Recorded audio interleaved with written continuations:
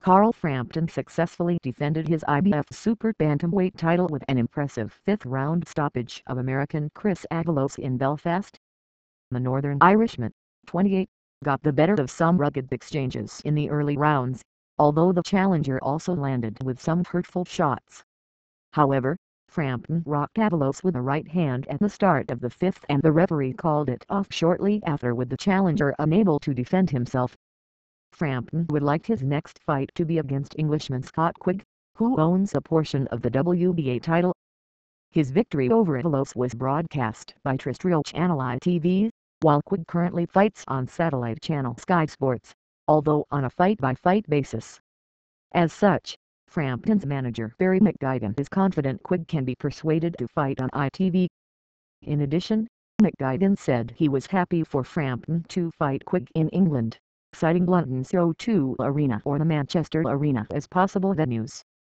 The one stumbling block could be Quigg's promoter Eddie Hearn, who would prefer Frampton-Quigg to be a pay-per-view event, which could only happen on Sky.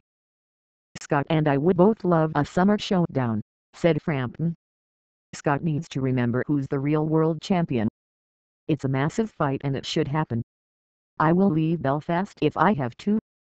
The WBA's so-called super champion at 122 pounds is gifted Cuban Guillermo Rigondeaux, who claims he is open to a fight against Frampton.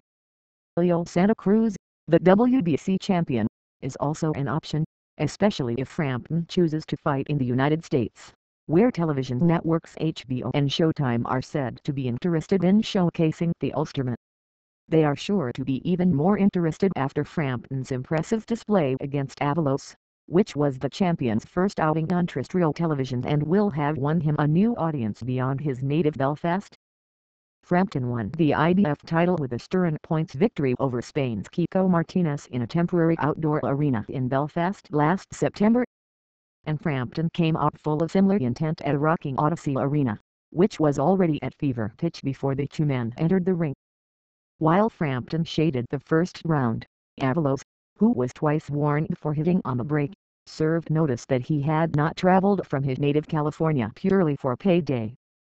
Avalos appeared to injure his right shoulder in round 2 and came under attack from Frampton, entirely legitimately, while his back was turned.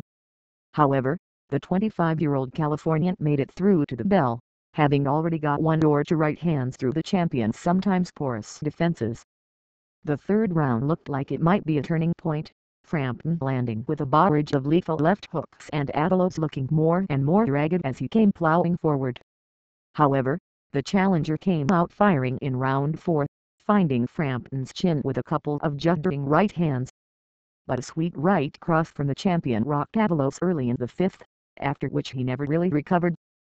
Avalos battled on for a minute or so, but referee Howard Foster finally stepped in with the challenger tottering on the ropes, 1 minute and 33 seconds into the round. Frampton is now undefeated in 20 professional fights, with 14 knockouts, while Avalos falls to 25 wins from 28 pro fights.